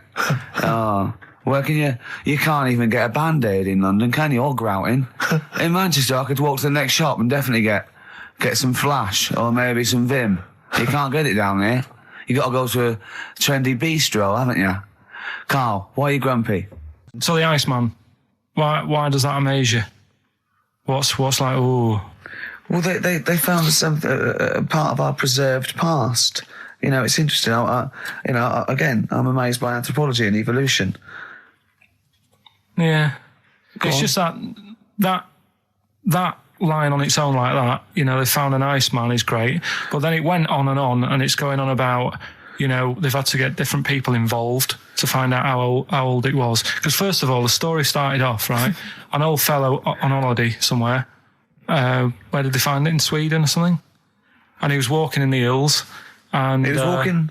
In the hills. In heels? Was he a transvestite? In the mountains. Oh, right. In the hills. Yeah. Yeah. So he's walking about and he sees this body in the snow and he thinks, oh. So he calls the police up and they come and have a look and he goes, oh yeah, it's probably a murder. So then they dig it up and find out he's got hold of a spear in his hand. Right, and he's dressed like Fred Flintstone. Yeah. Right. And they realise it's probably not a recent murder. Right. His knuckles are dragging along the floor. He's Yeah. a Neanderthal man. They Yeah. think, hang on, Karl Pilkington. But when they found out, hang on, it's an old thing. It's an old thing! Can it? If it was a murder recent, then you'd go, hang on, how did this happen? Who does he belong to? Yeah. Well, the chances are whoever murdered him is also dead. 5,000 years ago, probably, yeah. So leave it. Just bury it. I don't think it's a murder investigation. No, but they are. It's not Quincy going, this was before my time. It's not a murder investigation. Yeah, just one thing bothers me, sir. Just one final thing. My wife loves you, but this guy. That's how they were Why treating would he him. have a spear Yeah. and a leopard skin? I just can't. I can't get over this.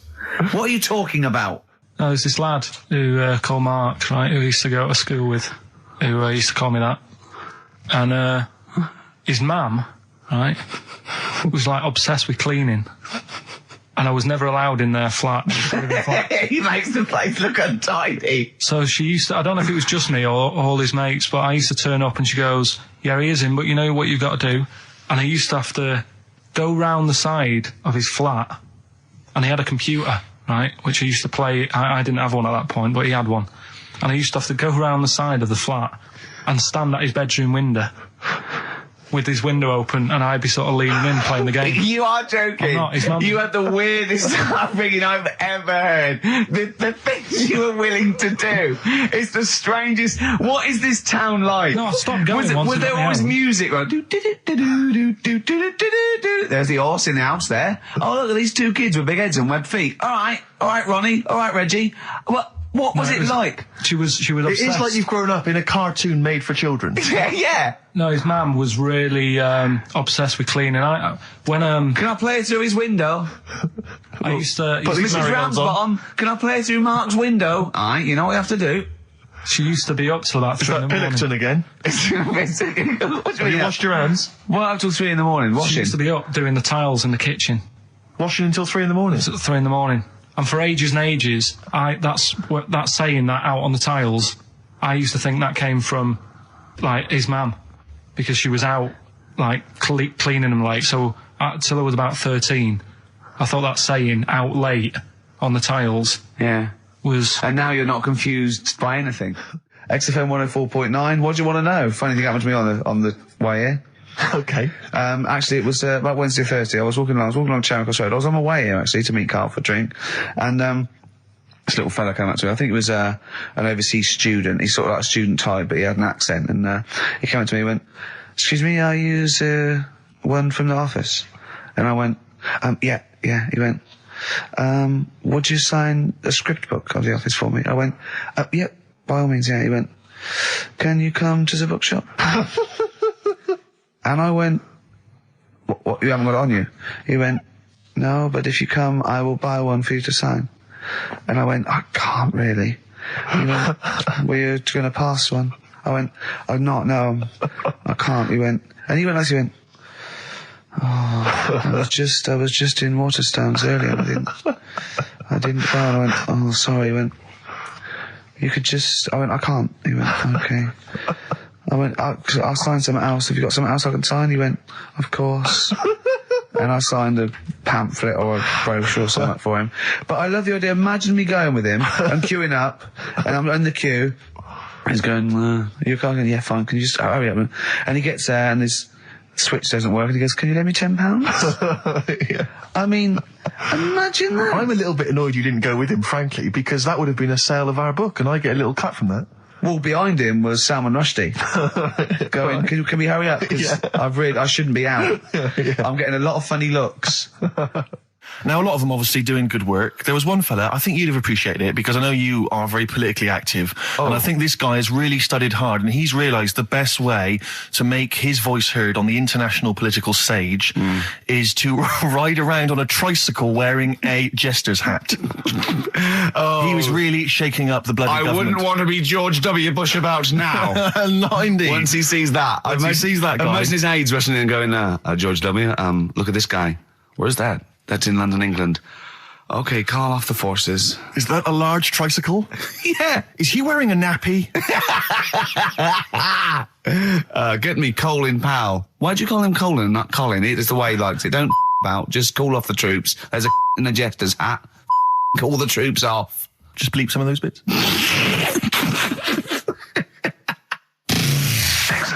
So anyway, I found these things. Do you want to hear? Yeah. So what's this? Explain this again. Right, so I got back off holiday. The first job I found out I've got to do is work with Ricky for a voiceover. I do a regular thing. I do X-Ray magazine, but I'm allowed to make the script up. And they said I could, so I did.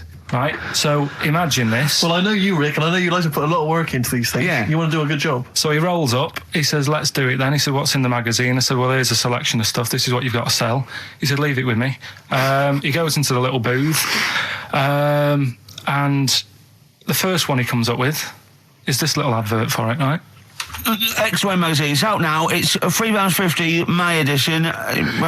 Music of Tomorrow, Dandy Warhol's picture, and there's a free CD with all the Placebo and the Donners, and Smog, and Nightmares on Wax, and Alpine All Stars. Only £3.50. It's out now. Buy it, innit? Have you got a sore throat there? Well, that's all right, isn't it? And he was going, you can't. I said, we are doing that. I've done one. That is it. That's it. So I persuaded him. He went, right, okay, we can possibly put that on XFM, right? I'll have to see, right?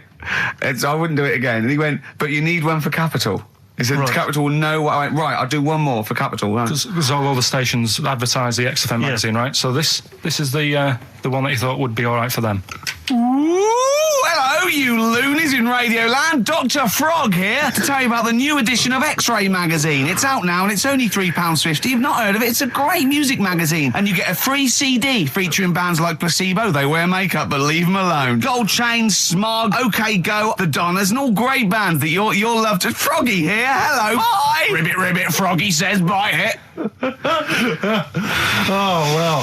So then, he says, that's it. You had your money's worth. Dr. Frog's still on there. He's still on Classic. I said, that isn't going to go out. They're not going to be happy with that. He said, you've had your money's worth. I'm going. Yeah. So I'm left with that. I then have to get the bosses in. And because I've let him go, in a way, it's my responsibility. Yeah. So I've obviously thought I've got what I need. I had to play them to the MD. What did he say? And justify.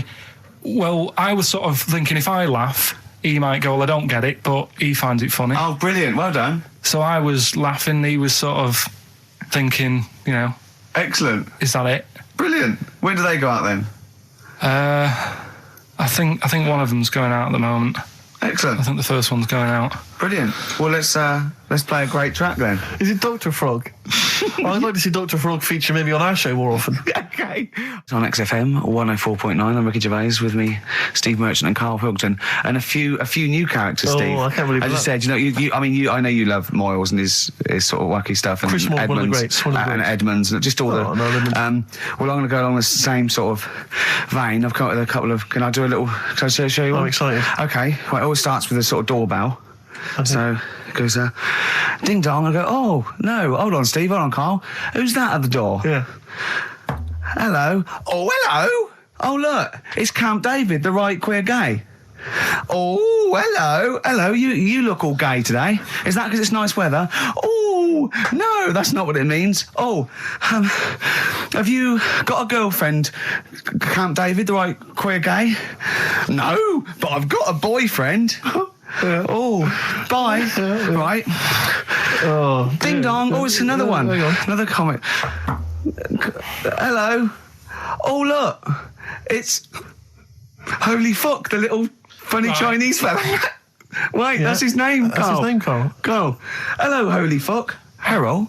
Yeah. Right? Yeah, that's fine. Mr. Fuck, you can call me Holy if you want. No, I'd prefer to call you Fuck. Yeah. Right? You're right. Nothing wrong with this so far. No. Have you got a girlfriend, Mr. Fuck?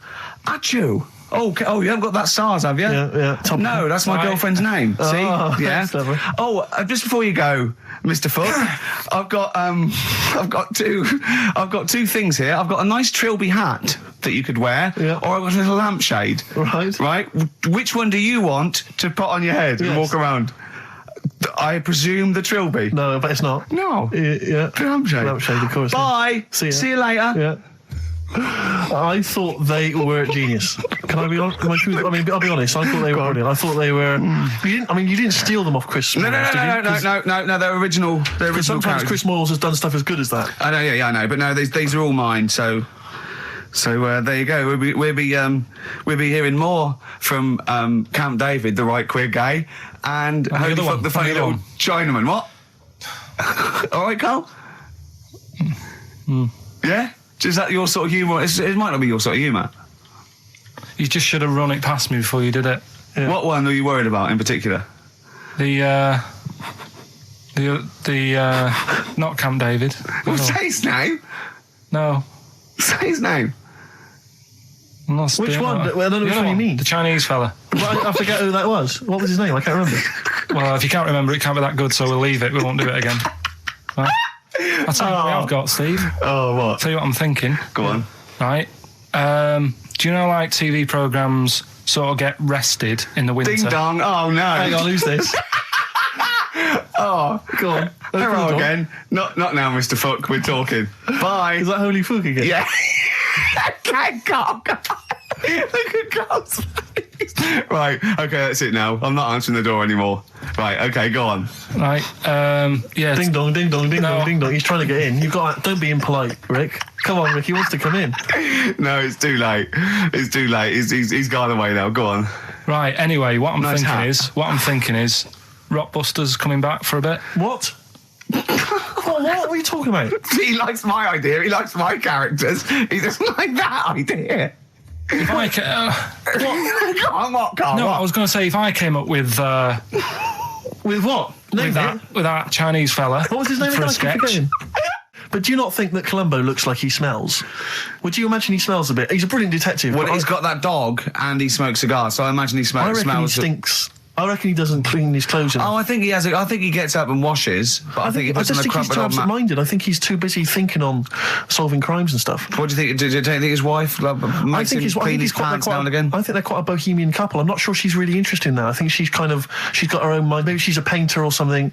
No, maybe she's losing it a bit and he's a bit embarrassed by it. Yeah, that could be the truth. And she's probably incontinent, so while she's ironing his trousers, she just all over them and he goes, oh God, she's shatting my pants again, I gotta wear them out. Yeah, so that's what... Oh, ding dong! Who's that? Who's this? Oh, hello! Oh, look, it's David Gray, the bent piano player. Oh! All right. I thought it was going to be Columbo. That would be the joy. Ding dong.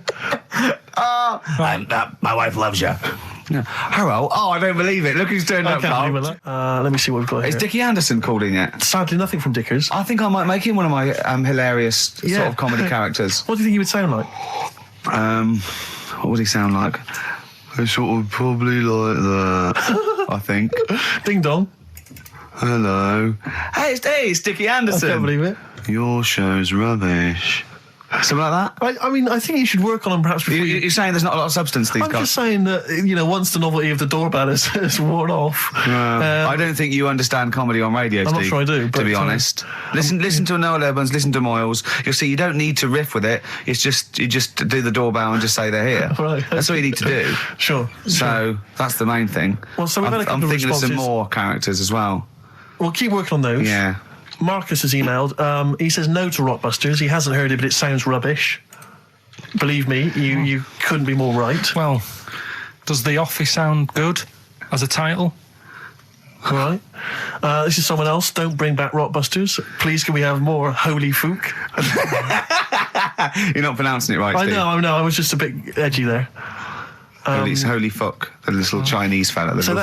Holy fuck, the little funny Chinese fella. Ding dong.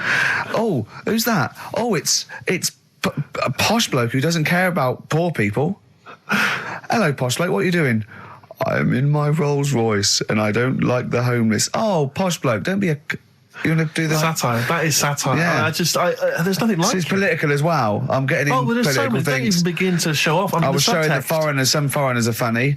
I got in the fact that, like, if you notice that Chinese people wear different hats to us. Yes. So that's political in a sense. Yeah. So If I'd have done a character called Tourette's Boy, friend of the little Chinaman, and it went, ding dong, oh look, it's Tourette's Boy, friend of holy fuck, holy fuck, you'd have been annoyed. Do you know what I mean? Oh, who's your mate, Tourette's Boy? Holy fuck. You'd have been annoyed, wouldn't you?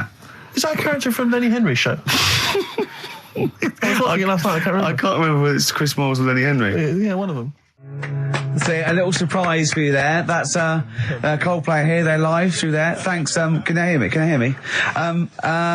Yeah, brilliant. Do you want to say a few words? Do you want to I'll have a quick word with Chris, lead singer Chris. Chris, good to have you here. Hello. And how's it going with Gwyneth Paltrow? Brilliant, yes. She's a lovely lady. Yeah, no, I thought so, yeah. I saw her in Shakespeare in Love. She's good in that, isn't yes, she? if you would pass that on to her, just say I enjoyed that. It's going alright. You going to get married or? Yeah, so I marry either her or that Julia Roberts woman. Yeah, either one is good. Yeah. I know you're on holiday at the moment in Hawaii. I read in the paper today. No. You're actually here. I'm actually here. Okay. Got to go now, got to go. Alright, just a couple of quick See you later, Chris. Yes, see you, Ricky. So that's the sort of guests. That's the caliber of guests. We're just trying to up Just like Jonathan Ross. We've got guests like Jonathan Ross. That's Coldplay, just popped in. So if you're the Sony people listening, you might want to And we've still got Karl to take off my sock for 20 quid, okay? We're trying to... be interactive. Yeah. I've seen how other DJs do it. They have phones, they go, and how are you celebrating tonight? Oh, we're just going out, Foxy. Have a good time. Here we go. This is, you know what I mean? Yeah. We've got to be, I've guessed, we had Chris Martin in from Coldplay, which is going to be a lot... Well, Chris is still here. Hello. Chris, how did you come up with the ideas for your songs? Just make them up in my head with the guitar. And how old are you now? 28. Thanks very much. And that more from Chris Martin later, I imagine. Cheers. But we've also had an email. Cheers.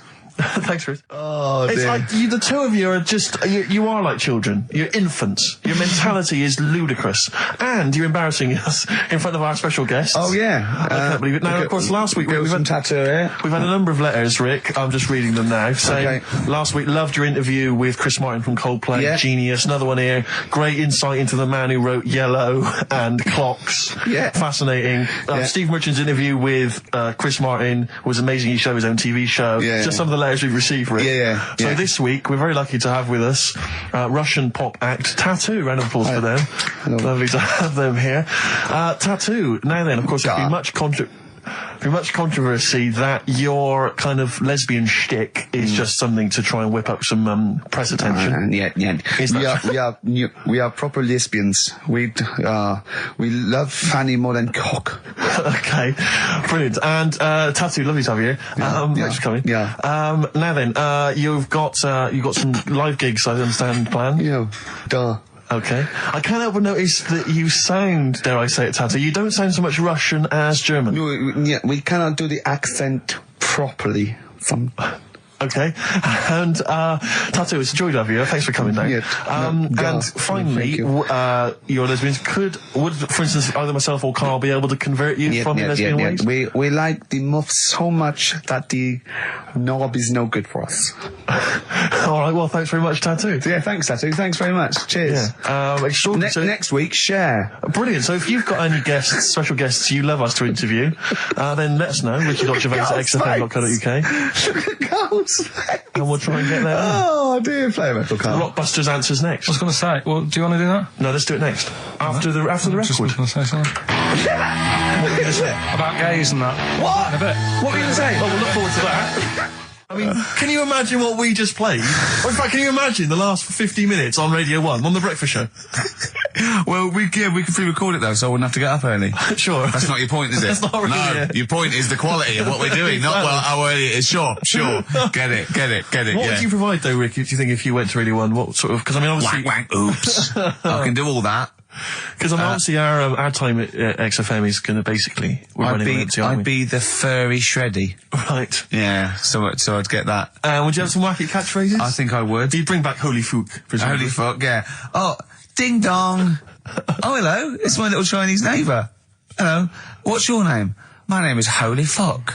Hello. Look at Carl. He's just going, oh, I don't know why you didn't even do the Chinese accent. That's so. Well, that'd be racist. Okay, sure. I mean, yeah, Sure. it's just his name's Holy Fuck, and there's nothing Nothing wrong with that. funny about that. So yeah, you'd have that. You'd have crazy comedy characters. You'd probably have some wacky quizzes. Yeah. Oh, look, it's Dirty Old Queer. Hello. No, I'm not. He's a new character to me. I'm quite excited. He sounds very modern and contemporary. Yeah. A new spin. Yeah. On an old idea. Yeah. Just tell us a little bit more. Oh, wow, he's an actor, isn't he? And, Right. and he likes to, take it up. All right, well, that's just, if anyone from Radio 1 is listening, and Yeah. they've listened to Dominic Mohan in the paper, they thought, yes, you're right, we need some new blood at Radio 1. Ricky Gervais has got a myriad of comedy characters. Yeah. Whack, whack, oops. I can do sound You can effects. do sound effects. So- you can probably do funny voices like Chris Moyles, couldn't you? Yeah. Wow. Not as good, but I can... What about comedy songs like Moyles? Again, not as good, but I mean... Do you remember when Moyles rather hilariously changed the words of This Is My Moment by Martin McCutcheon to This Is My Motor? We listened to it, though, didn't we? Unbelievable. I remember when he was doing a competition, this was pathetic, wasn't it? We were listening to Radio 1 once on our house, right? And I don't know why, we just wanted to, I think it was research, wasn't it, for the office? Yeah. And he was doing this, he had to phone in with... We were listening to Idiots. And No, I'm not saying that. And he was doing this competition, you had to call in with some songs that are golf related. And people were phoning up going, drive the cars. He was going, drive the cars, good. And I was on that phone, I must have wasted about 40 quid, and I wanted to get through and go, hello, Chris, it's not Milesy, yeah. Derek here, I got one. Oh, go on then, Derek, what is it? Something like Spandau Ballet with golf cart and that. And I just wanted to and I waited. And just, I thought the joke's on us. Yeah. I waited my phone bill just to say something stupid. Oh, dear. Oh. This show's better than this. Yeah, anyway, if you've got any hilarious golf-related song titles that you'd like to email in... What's the number? Oh, let them email in. ricky.gervais@xfm.co.uk. What would a song title be if perhaps we were doing something about, I don't know, air travel? Yeah. If you've got any crazy ideas, email in. We'd love to hear them. Yeah. Brilliant. I've got a thought of another golf one. Okay. You know, Duran Duran? Something down the fairway or something, if they wrote that. Alright? Girls on the putting green? Yeah. Or something? Alright? Yeah. Oh, hello. Have you introduced you?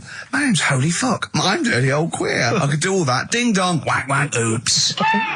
Steve reckons, in ancient Greece, right, it was better to shag a bloke than a woman. And I went, well, yeah. I mean, that's about the male being sort of a first-class citizen. Yeah. Much better, wasn't it? An aspiration the to point sleep with a was, Carl, beautiful man than a beautiful woman. Women were lower-class citizens, Yeah. so therefore men were seen as higher class. So to have sexual relations with a man, there was no shame in that. No. In fact, it was looked upon And I as a said, good thing. well, you know, ancient Rome. I said, even Nero, he'd sit in his big jacuzzi and he used to get, you know, pretty boy men to go into the water and just nibble at his testicles while he was having a wash. He didn't do that. He did. No. Yeah. And he's not a gay fella. No, well, no. I mean, you know, I don't know about Nero, but I mean, it wasn't a case of a big delineation between what was heterosexual and what was gay. It was just, you know, whatever you... So what did this fella do then? This one who's having his... Well, he was testicles. pretty much top boy, Nero, for a while. He was in charge. And, you know, and you did what you're told. If Caesar or... But why were people going round there? Why didn't they go, oh... No, they weren't dropping in. It wasn't like the door was opening. I was just going to see what Nero's doing. It's not like when I pop in here to see you. Normally what would happen is he'd say, come back to my place, I got a book for you. Yeah. You'd pop in.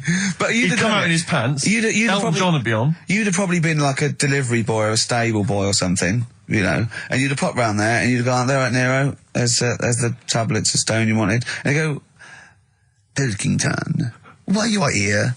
Pop under, I don't know why he's French. What is that? I don't know why he's French. Just pop under the water and nibble at my testicles and you'd have done it. Because he was Nero. I wouldn't. You would have. There's no way I would have done. Yeah, well, you would What have. have I done? I've dropped a pizza off. Yeah, you why put am I around to there? Nero's place with the pizza. Right. Right, I'd say I've done my job. Right? Yeah. That's not the sort of tip I wanted. No, he'd have said, get the little baldy chap to nibble at my testicles, and you'd have done the what? I wouldn't have done it. No, Well, I put my head on the wall you here. hadn't done it, right. I wouldn't have done it. So. Can I just say this, Steve? Not only would you be nibbling his testicles, you'd have been going mad. You'd have been noshing him just for extra. You'd have been doing everything he wanted. You'd have been going, he'd have gone, I didn't ask you to do that. You'd have been going mental. They'd have been chewing, slurping, smacking, poking. You'd have chopped. You'd have gnawed his packet off. You think you're eating Walker's crisps? There'd be bubbles. There'd be flood. Oh, it'd be horrible. It's, you know, Carl's got a theory that Chinese people don't age well. This man was a Chinaman, right? And he was 120 or something. Yeah. Did you see a picture of him? Yeah, he's still alive. No, he's not. No, He's is he not? No, He's died dead. at 120. So He said 120 or something, but makes you wonder. What makes you wonder? Well, because they don't age well. I think he's using that. what? He's probably about 37. Oh God! Honestly, we walk down the street, right, and we see an elderly Chinese person, right, and kind of go, oh, I just think he is, like it's not. I don't understand this notion that Chinese people don't age well. I don't know where this has come about. No, I mean, I'm not having a go. No, right? I never want anyone to think I'm like having a go at them. But they are really good looking and they're healthy and that. Till they're about. I've never seen one, right? Can you tell me if you've seen a Chinese person who's about 30? It's either 20 or 50. There's no middle ground. This is what I came back for. This is 2 hours of absolute drivel from the brain of Karl Pilkington. Let me just check something. So the Chinese gentleman who died recently was 130. Your theory is your theory is that he's maybe in his late 30s, early 40s. Yeah. This is an elaborate conspiracy on his part, because obviously whenever they talk about the oldest people in the world, it is always a Chinese person. Yeah, invariably. they do, yeah. I mean, they seem to win that every year. Go on. So your theory is that in those small backwater villages in China... Ross McWhirter comes to a little village. They go, the Guinness guy's on the way. He goes, well, until recently, the oldest person in the world, how old are you? And they're so embarrassed, because they think they look about 120, they go, 120, they go, really? Go, yeah, can I have his birth certificate? No. In fact, I think this Chinese bloke it wasn't verified with the conspiracy because he didn't have his papers. Didn't have his papers, no. So is this the same one or a different fella? I think it might be the same guy. I'm not sure. Trying it on. So there's a huge conspiracy amongst these Chinese villages that every when time you get to about 50, say you're 70, because no one will believe us. Well, if you can confirm or deny that, then please email in ricky.gervais@xfm.uk. This is the Racist Show on XFM 104.9. Call in if you're anything less than a little mank. The Jamaican fella would love to live there. Go on. But it's a little bit pricey. Go on. Right? That What was the initial? DS. Deer Streets. Right? What? It's a Deer Street to live on. Deer Streets, oh yeah, I haven't heard of them. They're a band. That's Dire Straits. No, it's not Dire Straits! It's not Dire Straits! Deer Streets! The Jamaican fella. Go on, make it sound like that. Like Deer Streets. Deer Streets. Do it again. No, it's still not. Keep going. I haven't got it yet. Go on. Deer Streets. Deer Streets. They got that one as well, so... All right, well, let's hear the one they didn't Can I get. do an impression of a Jamaican fella saying Dire Straits? Right. Dire Straits. The first It's not one the same. Did a little pirate radio show from the... got kicked out because they found out, and apparently I put the station at risk because all the stuff could have been taken off us. But from Little Acorn, 16 years later, he's on a show with less listeners. Yes. Brilliant. Can you imagine if you've gone into hospital, you're already pretty depressed, there's the fear of these super bugs in the hospital. Yeah. Maybe you've got some quite serious illness, you know, you don't know if you're going to make it. His voice is what you hear to cheer you up. All right, weird, isn't it? I saw a programme about a parasite the other night. Yeah. Apparently, they get in through your eye and eat their way up through your genitals. Anyway, You here's think you've got it Radiohead. bad? Yeah, exactly. Play a record, Carl. Stone Roses, yeah? Oh, Fool's Gold. Classic. All he saw was the name of the band that this email was promoting. So all he saw, all Carl saw, and you can imagine how excited he was all he saw was half man, half biscuit.